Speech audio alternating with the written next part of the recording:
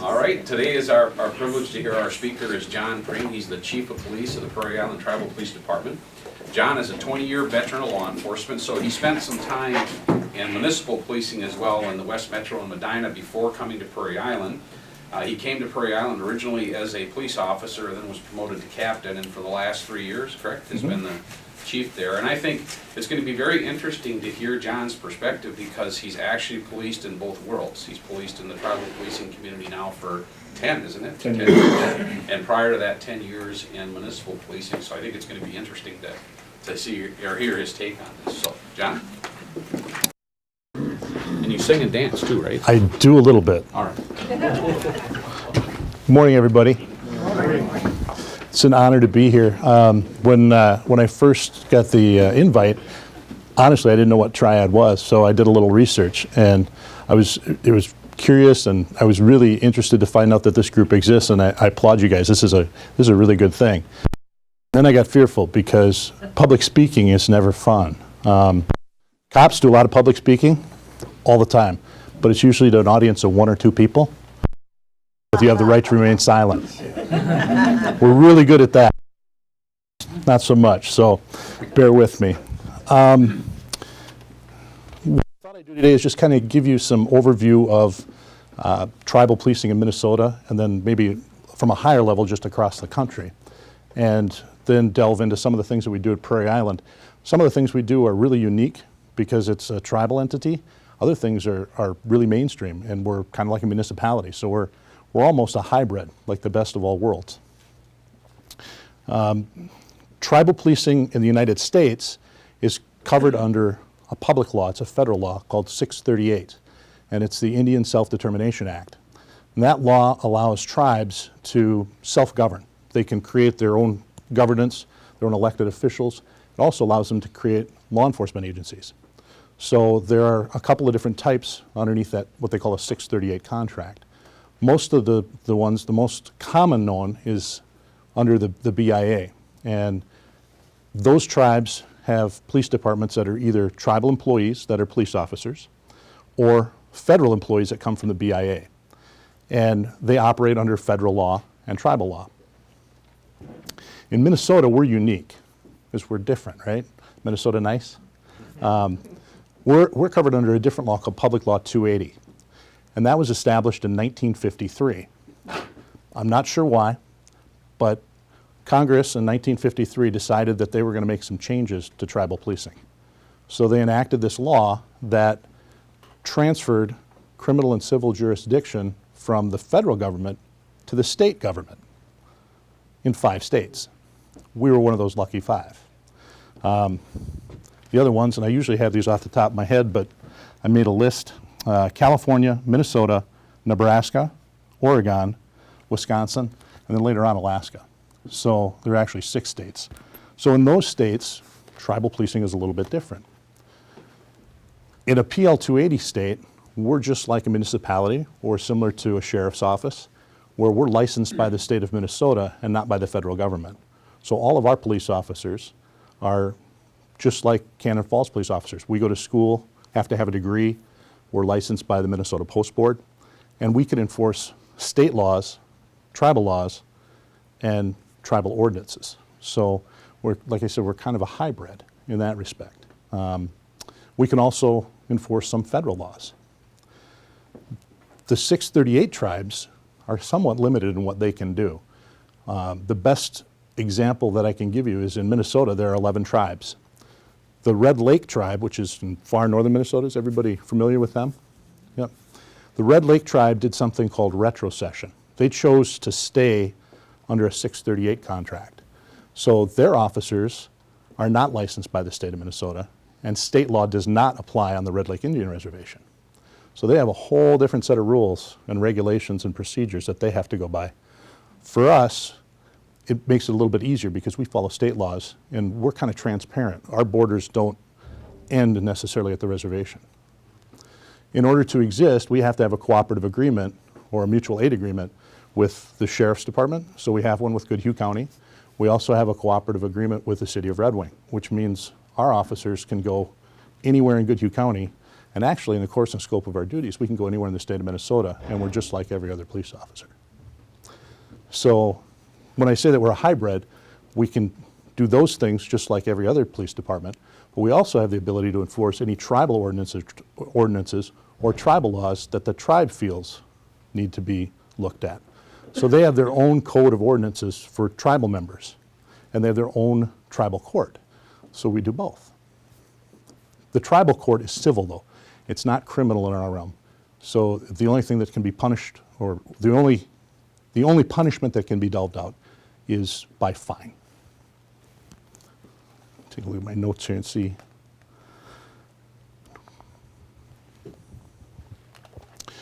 One of the unique things about Prairie Island is that we didn't exist 10 years ago as a police department. So in 2004, the tribe decided, partly under the Self-Governance Act, to create their own police department. Prior to that time, they contracted with the city of Red Wing and relied on mutual aid from the sheriff's office to handle all their law enforcement needs. So in 2003, and actually prior to that, it was a kind of a long time coming, they decided to start their own police department. So originally, they hired a chief of police, who was my predecessor, and they hired 2 police officers. And I was fortunate enough to be one of those 2 police officers. And as Sheriff McNerlin said, I came from a municipal policing background. I worked in the West Metro. If anybody's familiar with Medina, the city of Medina, western suburbs, kind of a bedroom community, a lot of service type calls, rolling hills, big houses. And so this was a little bit of a change for me. I didn't grow up being surrounded by Native American culture. I didn't have a lot of Native American friends or anybody in my family that really knew Native Americans. So to come down here and learn, it was like starting all over again. But it was fun because it was starting over again. I knew how to be a police officer, but to police in a tribal community is a little bit different. So we started out with 2 officers. For the first couple of, probably the first couple of months, we didn't have any squad cars. We didn't have firearms. We didn't have bulletproof vests. We didn't have uniforms. All those things had to be sought out and put into place. So it took us probably a good 6 months to get everything kind of set up. And then there were 2 officers and a chief of police. So we started handling calls, and the tribe operates a casino, as you're all aware. So some laws that go along with the casino, I had no clue. I can tell you, at that point in time in my career, I had 10 years of experience. The other officer had 4 years of experience. We came across some situations where we were sitting in the back of a room looking through books trying to figure out what we were going to do. It's a bit of an unnerving feeling when you go, I don't know, what do we do? We relied on our resources. Fortunately here we've got a good county attorney's office, and so we picked their brain and we were able to solve things pretty easily. Since that time, we now have 9 licensed officers, including me. We provide 24-hour coverage.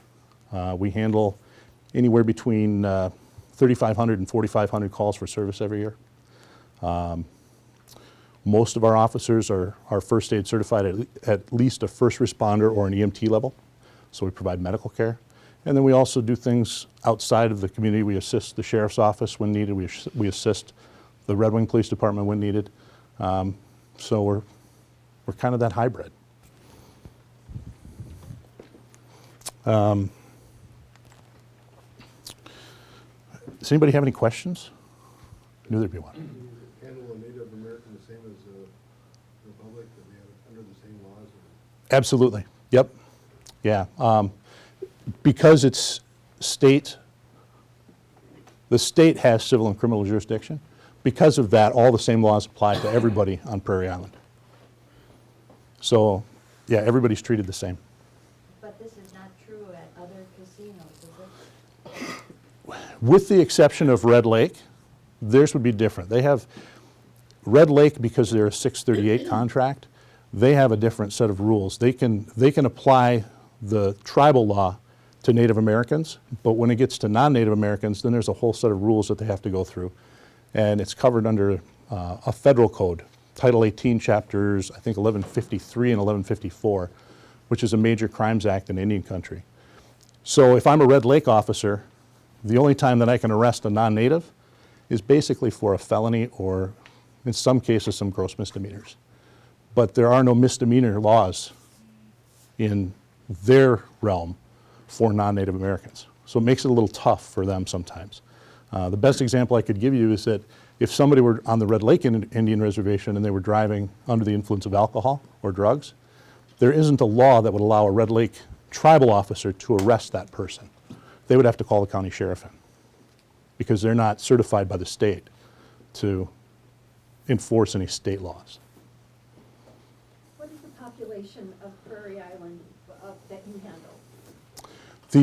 The population proper, we have a large transient population, obviously, but the population proper is probably between 200 and 300 that are actually community members that live on the reservation.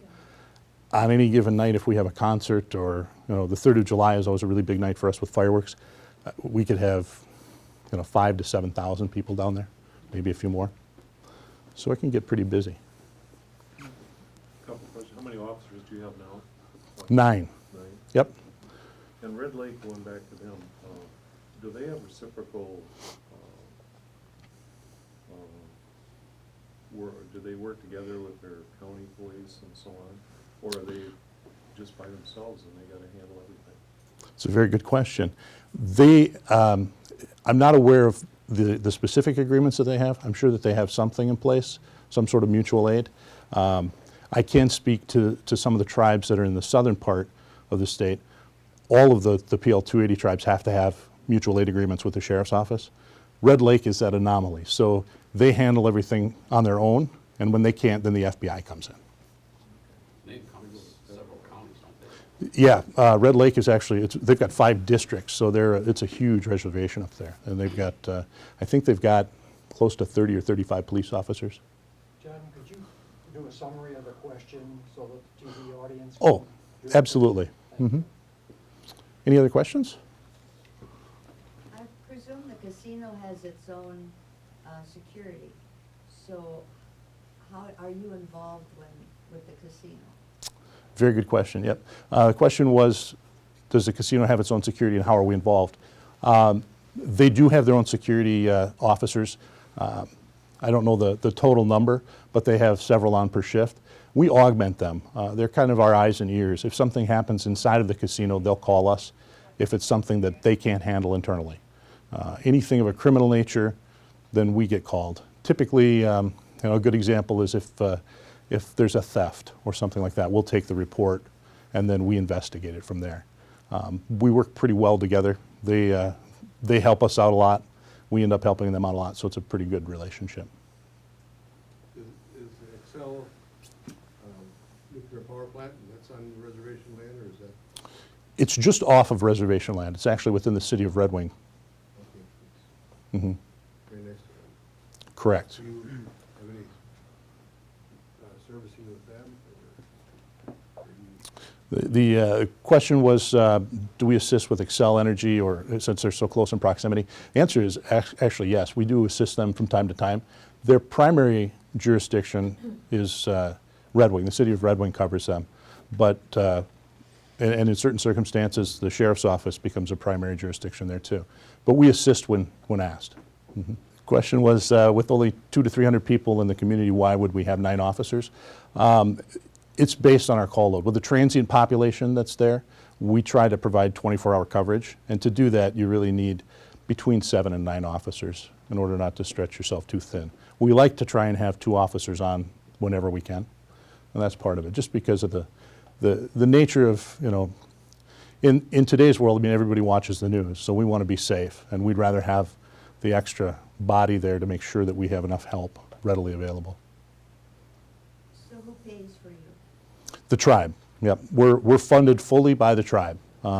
We also, just like every other agency, we try to apply for federal grants and some state grants and things for funding projects and things, but primarily it's the tribe.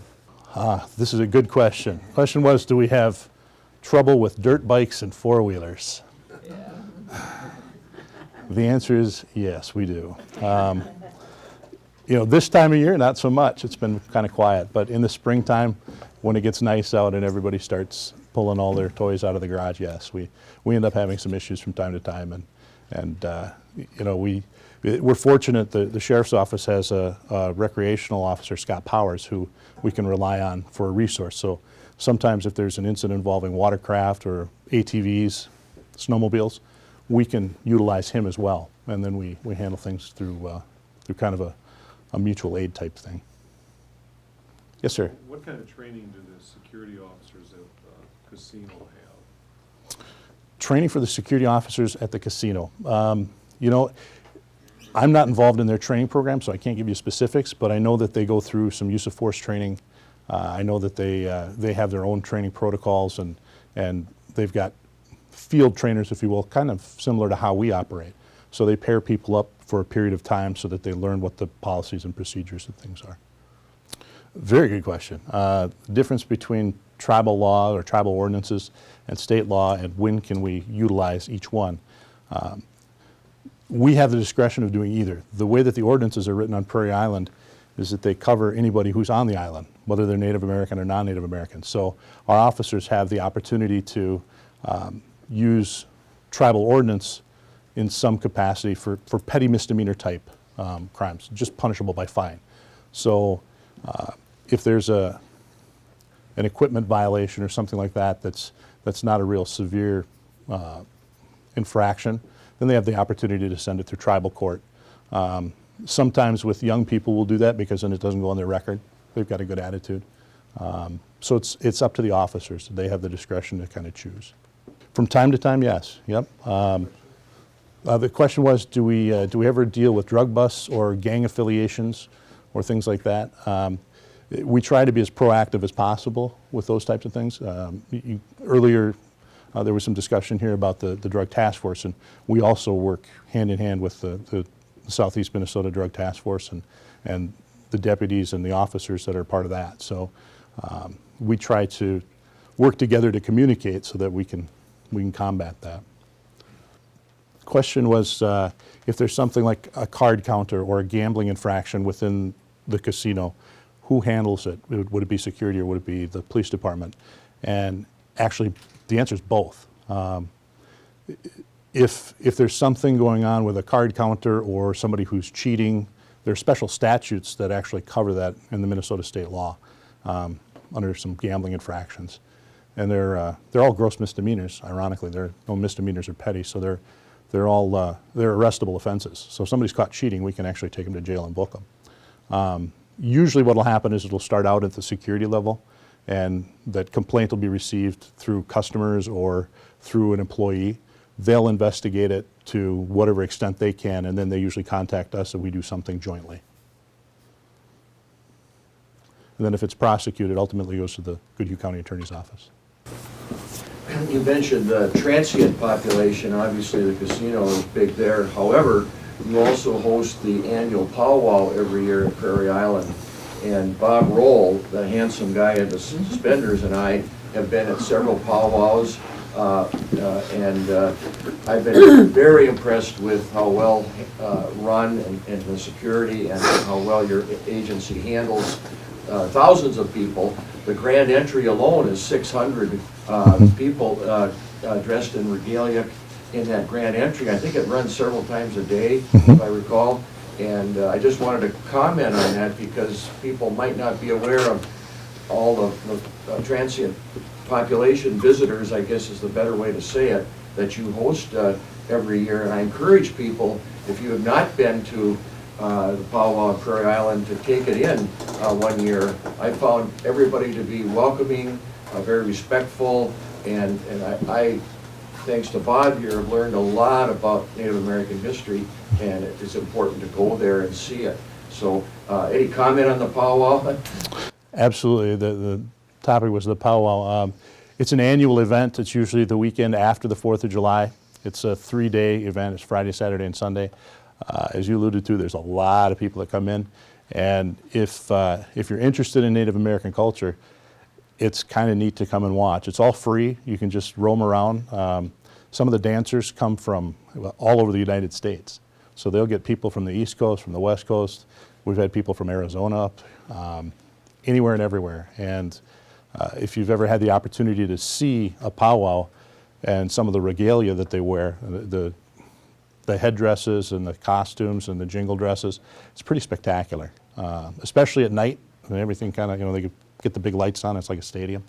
So if you get the opportunity, it's worth your trip to come down, especially the grand entry, because then everybody comes in and you see all of the dancers, from people who are, in their 70s all the way down to little kids who are 3 and 4 years old will dance. So they bring everybody into the powwow grounds, and that's how they start the powwow itself.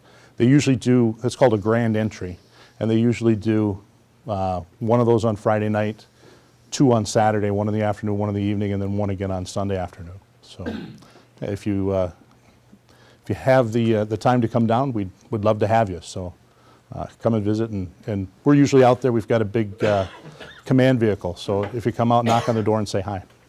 We'll give you the tour. The question was about the riverboat that the tribe owns.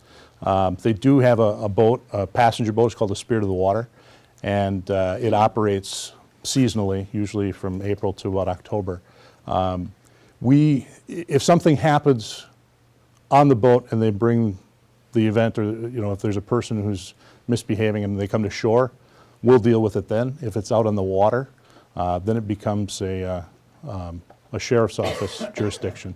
Anything on the water in Minnesota is usually, by statute, the sheriff's office has to maintain the waterways. So, and we would work in conjunction. We've done that before. We've worked in conjunction with them, where we'll go out on a boat with one of the sheriff's deputies and mitigate whatever it is we have to.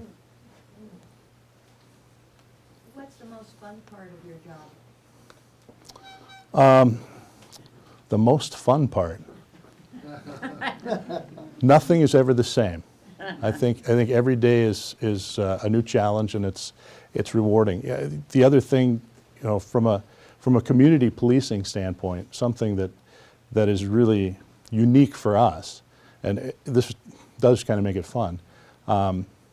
If you work in rural Minnesota and you have an encounter with somebody who's upset with you, chances are you might not see them again.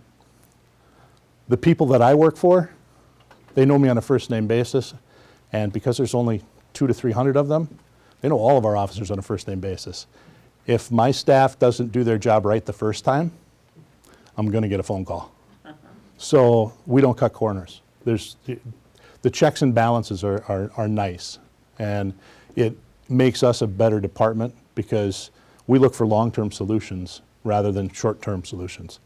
If one officer handles a situation and he doesn't work to try and find the best solution, the next officer comes on and has to finish it, the community member will call us because they'll know what's right, what's not, and so it holds us to a higher standard, and it's kind of a nice deal. We expect a lot out of our officers, but it goes both ways. So we know all the community members on a first name basis. They know all of us on a first name basis, so it works out well. A residency requirement was a question. Are you referring to for the officers?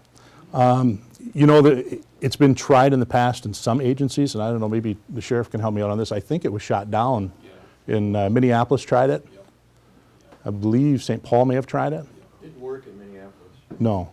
Hasn't worked really. No. They're, what a lot of agencies have done, instead of having a residency requirement, is they have a timed response requirement, where they require that you live within a certain distance of the police department. And it's meant to be something so that if we have to muster people in an emergency, that we can get resources there in a timely manner. And that's, the residency requirements, some of that was put together for that reason, I understand as well. But most of the departments that I know of that have some requirement like that, it's usually a 30 or 45-minute response time. Yeah, the question was, what does it take to be a member of the tribe? There's a couple of different ways depending on the tribe. In some tribes, it's under the federal jurisdiction or federal statute. The definition of an Indian has a phrase in there about any Indian blood, however so slight. when it comes to the community of Prairie Island, you have to have a parent who's an enrolled member. So they go down by lineage. So if your mom or dad is an enrolled member, you can be an enrolled member. We have not received any direct terrorist threats. The question was, with the casino in such close proximity and the power plant in such proximity to the casino, have we had any terrorist threats? Nothing directly, but when the nation goes on high alert, we follow the Homeland Security protocols. You know, when we do get intelligence information from time to time about individuals who are not necessarily coming down here, but you know, in the state of Minnesota that other agencies are looking at or watching. So we're always monitoring that, as is the sheriff's office. I mean, we work pretty closely with all the agencies around us to try and prevent that stuff. You know, and we subscribe to the same philosophy that Homeland Security does. If you see something, say something. So we encourage our tribal members, and they're pretty good about it, when they see things that aren't normal or something that catches their eye, they're really good about calling us. And that's what we encourage people to do. If you see something that looks out of place, even in your own community, pick up the phone and call. I know the sheriff was talking about some things earlier this morning and people verifying who people are that call you. And I think Sheriff McNerlin will attest to this. We get people that we call that say, how do I know you're a police officer? I'll call them on the phone because I want to interview them about a crime, or I want to get some information from them. And they'll say, how do I know you're a police officer? And how do I know that I'm giving you information that's not going to be used against me? And so we will have people call the Sheriff's Dispatch Center, and they will call and ask if I'm a police officer there before they talk to me. So it's a good thing to do. If you're uncomfortable with something, then make the phone call. You're not going to upset me if you do it to me, because I'd rather have you verify and be comfortable. And I don't think there's an officer out there that would be upset about it because you're just verifying. You guys have any questions? You look intrigued. The question was, are we thinking about putting a fire department in? There have been some fires on Prairie Island in the last 3 to 5 years. We've had some structure fires. The tribe last year did buy a wildland firefighting truck. So that is now on the premises, and we're in the process of putting that in service. Probably not a fire department in the sense that you would think. More of a quick response vehicle for grass fires and something to put some water on something quickly while we wait for the regular fire departments to come out. So it's just another resource for us to have out there. Question was, are normal problems similar to what Red Wing or maybe the county would incur, or Cannon Falls for that matter? You know what, we get a little bit of everything. With such a diverse population coming to the casino, we get a little bit of everything. But primarily, it's service calls. We do a lot of vehicle lockouts. Anybody who's ever locked their keys in their car? We do a lot of those. We have you know, a large population of senior citizens, so we do a lot of medical type calls. We do you know, some suspicious activity. Yeah, it varies. Some thefts. So it's kind of a little of everything. Kind of all over the board. But primarily service calls. That's a very good question, actually. Do I live near here? You know, for the first 14 months, I commuted from the cities. I drove every day, and then I moved to Red Wing after that. So I live in the area, and a lot closer. A lot shorter drive. And most of our officers live in the area.